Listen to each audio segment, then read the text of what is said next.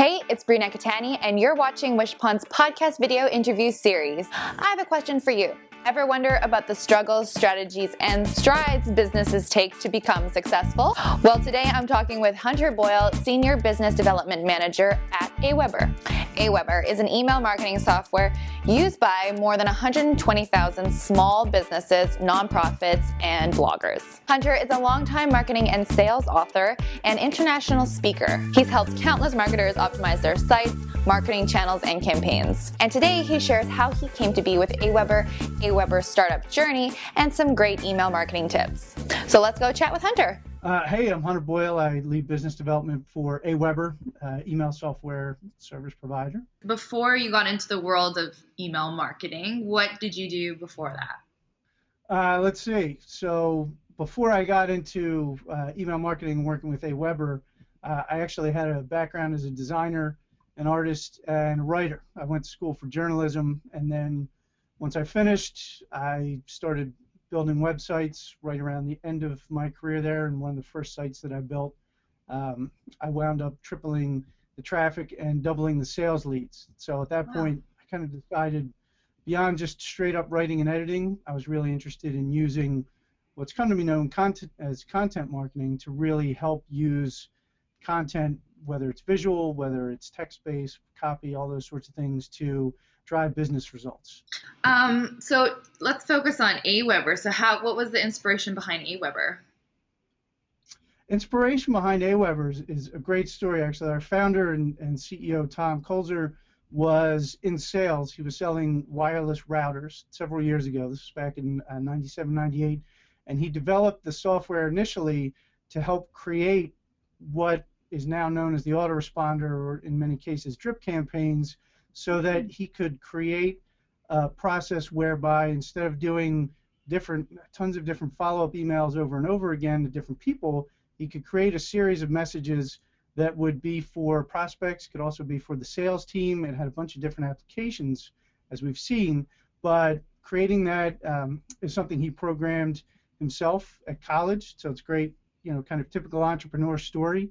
After developing that and getting some real interest in it from some other folks in the field, he realized, hey, there's a pretty good product here, and left college. I think he was bussing tables at Olive Garden too, or something like that, around the same time as the story goes, and then kind of launched into making what's become AWeber through the autoresponder, and then later adding email newsletters, and it's sort of been 16 plus years now, in 2015, that it has really grown, and a lot of that has been due primarily to a lot of love from great customers, a lot of people who are really savvy in digital marketing, who have picked up on the tool, found it was a perfect fit for what they do. The word of mouth has been astounding. We've had a lot of great growth through affiliates and people who just love the product and love the service. So that's where we are today. And now, since we've been in the new office just about 2 years right now, there's been a lot of there's been a lot of attention on the fun environment and culture here. I was going to say, let's talk about your office, because you have tube slides which look like a ton of fun, and it looks like summer camp there. It's summer camp. You know what? That's a really good. I kind of like that analogy. We definitely wanted to take, our last building was pretty good as well, but we wanted to take that to, kind of the next level. And there are a lot of fun startup buildings here in the city, and this one is a little bit outside of town, so there's really not anything quite like our building in the area. But we took a lot of our team input and put that together into a wish list, and then work with the architects to sort of build out the building. So it does have some slides. It's LEED Gold certified. It has a bio wall. It has a great game room, a couple video rooms, some old school video games. Your foosball and your pool table. And you guys have chefs there. Chefs are my favorite part. I'm not gonna lie to you. Our chefs do an amazing job. They use as much organic, local, and sustainable ingredients as they can. Feeding you well. A lot of us have developed what we call the AWeber 10. Some of them call it the AWeber 15, but I try and keep it to 10. Just, this is going out on air, isn't it? Right? So, yeah. So they do a great job. It's just a really fun environment. And obviously, when you're doing something as as intensive as software development, and just kind of creating and innovating with a product all the time, taking a break from the screen, having some fun with that is a big part of the culture. So it's been a really key part of attracting a lot of the talent that we have here, growing the company, and really kind of helping to sort of get our community involved to know more about what we're doing here as well and how it benefits them. We do a lot of classes for local education type things on digital marketing with our meetup group and some other organizations. We kind of let them use our space. We do a lot of charitable stuff with like United Way and other organizations that are community based. So a lot of it all ties together really well. Oh, nice. It's fun for a good cause. Yeah, I saw it was working in AWeber in Pennsylvania. It's called the area. What's it called? Chalfont. That. It's rated one of the best places to work there. Yeah, we've been on the best places to work in Pennsylvania list for the last few years. So that's kind of nice. I mean, it's really it's a good testament to not just the environment that we have here and our talent and team, but to the growth of the company, what we're doing for our customers, and to the entrepreneur story of what Tom put together and has founded and has grown into just a great experience here. How many people did AWeber start with, and how many is it at now? Started with Tom in the dorm room, and then it moved through a couple of bedrooms and closets, and then it started to really pick up speed quite a few years ago, and now we have I think about 121 folks on the team here full time. Wow. When did it pick up and start really growing? How long did that take? Do you know? There were a couple of different growth bumps, I would say, over time. Early 2000 was one of them, and we've been growing since the beginning, obviously. So there were a couple of different boosts over the years, and so now we're at over 120,000 customers worldwide. So there have been a couple of different sort of booms as we've iterated different product levels and added a lot of different features and functionality to the product. And growth begets growth. So as we've added more people to the team and put more things out there, it's been a pretty good trajectory. Yeah, you guys must have a lot of long-term customers. I mean, you guys have been around for 15, 16 years. That's a lot of customers, as you just mentioned, but long-term customers, I'm guessing too. Yeah, we have a lot of people who've been with us for several years, 6, 7, 10. Some have sort of gone, spun off businesses, come back. We have a lot of very cool customers who are doing great things. We watch as their list grow. We do what we do with them and for them to try and help support their business growth. And it's just a great story. I mean, we have a really good support team, so we make it easy for people to try and use our service, grow with us, and hopefully grow with us, and vice versa, so that everybody wins. Yeah, and you guys target predominantly small businesses, right? So I saw your guys' platform, and it is really easy to use, especially for someone that's a small business that wants to get into email marketing. Easy to use, drag and drop templates, really simple. Yes. It was designed right from the start and has always been a do-it-yourself tool. Yeah. For example, it's not, our founder never wanted to be ExactTarget. And, I've used ExactTarget, know the folks over there, have a lot of good friends over there. And it's just a very different level when you're working at enterprise level services, when you're talking about Marketos and sort of things like that. They do a great job, but for a very different type of customer. The customer that we've always been focused on and still are the people who are trying to create either a new business or build a business that they have. A lot of folks are digital entrepreneurs who are either kind of doing it yourself or have a small team 2 to 5, 6 to 10, something like that. Mm-hmm. Some may use virtual assistants. A lot of authors and a lot of bloggers who your audience most likely is very familiar with use our system for those very reasons. I mean, it's really easy to get started with. It's very powerful. It's very cost effective. We have great live support teams, so you can get somebody on the phone if you ever need a hand. We have dozens of integrations now, so we work with a whole bunch of different systems.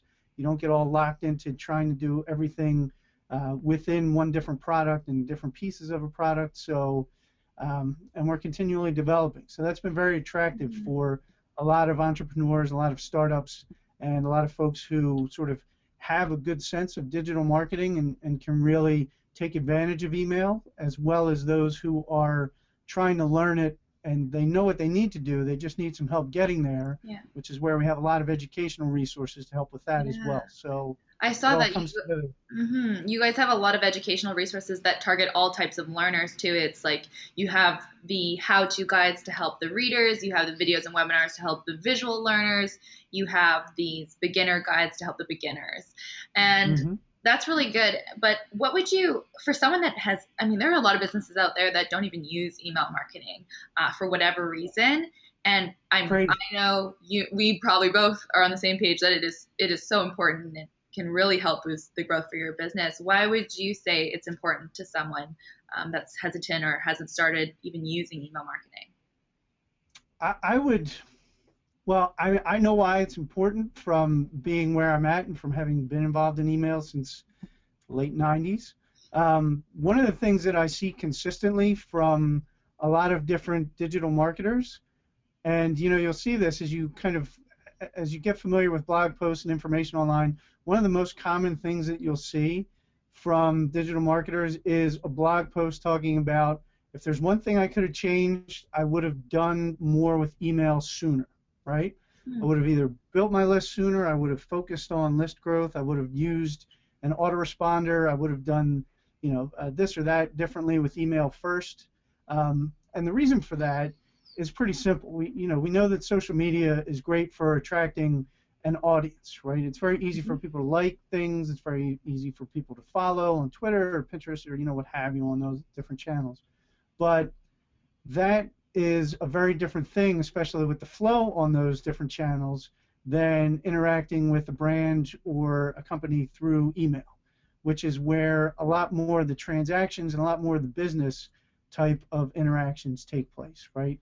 Whether it's a purchase, whether it's nonprofits and fundraising, the real kind of business exchange takes place much more in email. So the two of them work best hand in hand. We've put together a couple of guides on that. We did a great one with Jason Falls called Email and Social, the Powerful Pair, a little while ago that you can find on our site with just numerous case studies of using them both. But I think there was a period over the past couple of years where people were really focused on the hype and the buzz around social and trying to build, Facebook pages and fan bases and those sorts of things. And, look what's happened now that Facebook has gone through its IPO and has sort of taken the organic carpet and pulled it out from under a whole lot of brand pages. What Twitter is doing with lead gen is very interesting, but Twitter keeps making different overtures heading more in a Facebook direction in different ways as well. We've seen Google Plus and Google authorship and how those have changed over the past couple of years. But one of the things that's remained pretty consistent is email is there, and the relationship that people have with it and the way that people use it it's kind of a long-term undercurrent. So it hasn't been, let's say, hit by some of the same changes and forces that social has or that SEO has. And it's a very reliable, very high ROI source. So for any organization that really hasn't been using that, it's just a huge gap in your digital marketing. It really can't be stated enough. That's why you keep seeing these posts. I wish I had done this earlier or focused on that. Totally. It's because it is that important. And do you have any kind of customer experiences or testimonials of your customers that stand out in your mind that are, email marketing has changed their business for them in actual case study ways that you can think of? Oh yeah, They're like, definitely. yay, Oh, we have yeah. we have tons of those. Most of the blog posts I was talking about, I mean, Mm-hmm. so many of those come from our customers. We Okay. did we did an ebook with Mike Stelzner of Social Media Examiner Mm-hmm. a little while back after, when his book Launch came out, because he had 234% list growth in his first year of launching the site, and 70% of his email growth came from using pop-ups and other tools. I mean, great content is really at the core of all of that, so that can never be overlooked in favor of just the tools and the tactics. But looking at what Social Media Examiner is doing now as a business, with its virtual events, with its live events, ironically, if you want to think about it that way, because it is Social Media Examiner, but that business was really built in large part with those transactions and with that email, right? Yeah. You look at another great client of ours and friend of ours, Peter Shankman, who started Harrow with AWeber as a business, which he sold a little while ago, and now back starting his own, with Shankmines and some of the other things he's involved in now. He's another one who's come back to AWeber and uses our service, does a lot of great stuff with his newsletter. I highly recommend it. The list goes on. Folks like Scott Stratton has been using us for many years. Ann Handley, I've really enjoyed watching her launch her site and email with us. Pat Flynn, Chris Ducker. I mean, we just have so many sharp digital minds out there who are really using email very well and just kind of doing it to the extent where they've grown a business with email as kind of the bedrock on this. Copy blogger. I mean, Brian Clark will be the first to tell you, email was the engine that drove, the copy blogger empire now that's expanded into, a few different software products from a blog. Darren Rouse and ProBlogger. It's really, I mean, it's just such a powerful business channel. Totally. And we have case studies for all of them. What about businesses like mom and pop shops? They're not bloggers. They're not great, because these are bloggers, these are writers. They have good content, and that's how they're building their list. I mean, I'm sure that's a huge drive. Like you said, content is so important. For someone that's a bit, how much time do you think someone should be putting into writing their content? What imagery should they be putting imagery into their emails? What have you seen that works for these small starting businesses? That's a great question, Bree. So there are a couple of trends that are really important right now. The first and foremost is being mobile friendly. So any email that you do really has to look good on smartphones or tablets right now, because the majority of people are doing email as their top function with those. I mean, we all know this intuitively because we're all doing it. So making sure that that is kind of at the top of your list there for 2015 is one that I always strongly recommend. You don't need visuals as much. They obviously make a lot of sense in the right context, and visual content is more powerful now than it's ever been, whether that's kind of Canva-based type of meme images, or stock photos, or your own photography, or even going a little further than just images and visuals with video. Those are absolutely ways that small businesses can engage now with their audience beyond just the written word. That's not to say that you abandon one for the other. Again, it's a lot like email and social media, where if you use the two to complement each other, they tend to work best, because you give people a little bit of variety and you have the context there for something that deserves an image, or when it doesn't necessarily need an image, then not using one is sometimes the way to go. So a lot of that really comes down to context. And then content really is, again, it's what it's all about. If you're asking people to either sign up for an email newsletter or get updates from you, whether it's sales or promotions for products, discounts, stuff like that, what you're asking for is value exchange, and what they are going to be trying to get from providing you with their email is something that's of value to them.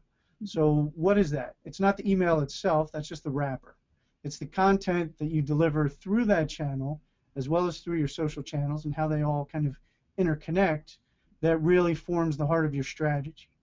This can be a little bit daunting for some of the kind of mom and pop Main Street businesses that you talk about, because what they're really used to is, say, people coming into a location, right, and just doing face-to-face transactions. A lot of that's word of mouth, a lot of that's referrals, things like that.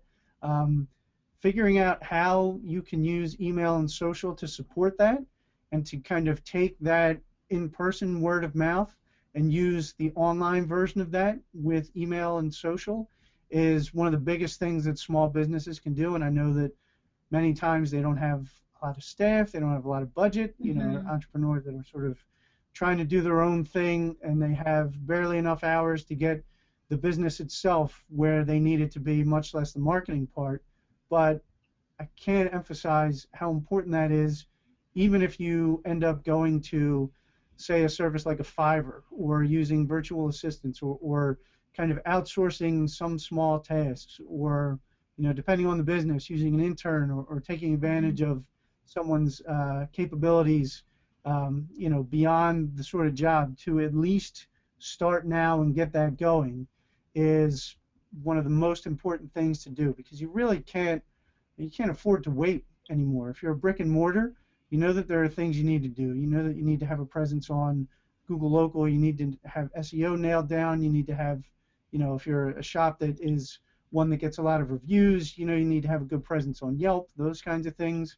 But again, using email and doing more than just having a Facebook page and then just spitting out promotions over and over again is something that you really need to put some thought into. But there are a lot of models out there. There are a lot of examples to look at and kind of follow and try and find your way. And asking your customers is always the most important part about that. Getting their feedback and using them to help develop your messaging and marketing in a way that works for them it's just something that a small business can't afford to ignore. You just can't say we don't have time or the bandwidth to do it, because that's going to be the lifeblood of growing your business.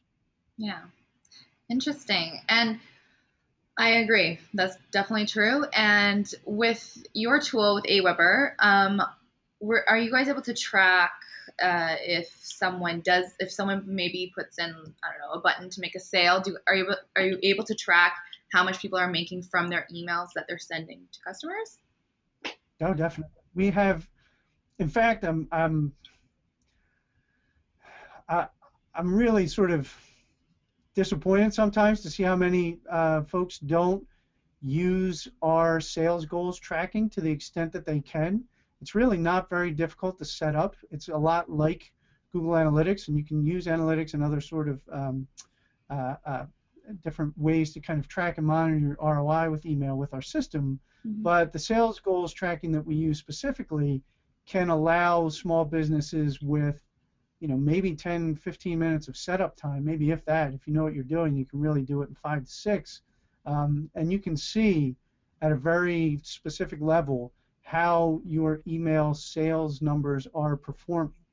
You can use it for lead generation goals as well, but if you're selling products online, you can absolutely use our service to create the sales goals. And if it's not something, even if you're not doing something sophisticated enough where you're tracking per product or exact specific dollar amounts, you can use average sale amounts for that type of tracking as well. So, I mean, basically, without getting into the nuts and bolts of it, there are a lot of things that you can really do. And, you know, on our end, it is really on us to sort of help more of our customers understand how valuable that is, how easy it is for them to use, and how they can really take advantage of it. But yes, I mean, the service absolutely does that, and you know, that is something that I am hoping that we'll get a lot more customers to really start using and using consistently going forward. It's been there for ages, so yeah, can track their real dollars. Yes. Yeah, that's awesome. So you guys, obviously, your main product is email marketing. What are some of your other products that you guys have? Like social? Right now, our core is the email platform. So I mentioned earlier that, like with Wishpond and several other API integration partners. We have an open source platform. So over the course of this year, we have more than doubled the number of integrations that we've promoted. So there are probably about 70, close to 70 right now that you can kind of find in our app showcase. There are more being developed all the time. So what that means is you can plug in, your social apps, whether that's something like a Heyo, for example, that helps to grow your list with social media, or like a Gleam, or on the e-commerce side, things like Shopify, things like Etsy, for store owners, e-commerce. On the CRM side, there are a bunch there. On the landing page optimization side and on list building side, we have a ton of those. Those are among our most popular. So, we wanted our service to grow in a way that allowed our customers to add the services that they use best, rather than kind of locking them into like a full-blown suite of our own 3 to 4 products or different kind of components. So what that means is it's really easy for people to kind of use our service with email as well as social or e-commerce or CRM or events, those types of things. They plug in very easily with, usually a minute or so or less worth of setup time, and then that information flows back and forth so that you have the capability to do a ton of different things with our system, plus other tools that complement it. Right. So even with the Wishpond, people can use our tools to, get leads and then automatically export them into AWeber, our wonderful partners, AWeber. Hell yeah. Well, thank you so much for all of this information. I'm going to end this with 5 rapid fire questions for you. And oh no. Okay. Here we go. So how do you energize yourself in the morning or throughout the day? Oh, wow. It's tea. I'm not really a coffee drinker. Green tea with honey. Yeah. There you go. Good. Stay away from the caffeine. And what is the first thing you do when you get home from a day of work? First thing I do. Let's see. It's probably not going to be a great answer. I check personal email. More email. Yeah, that is the first thing, and it's sort of a winding down process. I'm trying to replace that, so I'm open to suggestions actually if you have some good ones there. But sadly, I would say right now it's still. So you're attached to your computer, basically. I wish I could tell you no. I try to be involved in a lot of things outside of work, a lot of kind of volunteer activities, and I'm on a couple of boards. So along with those kinds of things, there are other kind of projects and things happening. So tapping into email for those is kind of what happens first, sadly. Oh, well, that's good. You're working with charities and volunteering. That's great. And are you a morning or night person? Definitely more of a night owl, and that has been a long-standing trend. So yes, I read all these articles about the early to rise and how great it is to get everything done by 6 a.m. and that's fine. For the people that can do that, that's great. Good for you. More power to you. It's not me, and I've given up on ever becoming that. I'm happy with my schedule, and it seems to work pretty well. So great. And what is your number 1 tip for email marketers? Ooh, well, the number 1 tip, I would say that you need to respect the inbox. That's kind of a phrase that I've just really been trying to hammer home over the past year or so. That is, make the best out of the content that you're creating, the value that you're putting out there, and demonstrating that to people, not just to get them to sign up, but to really build a relationship once they're there. Don't send stuff that's really low value or they can find everywhere else.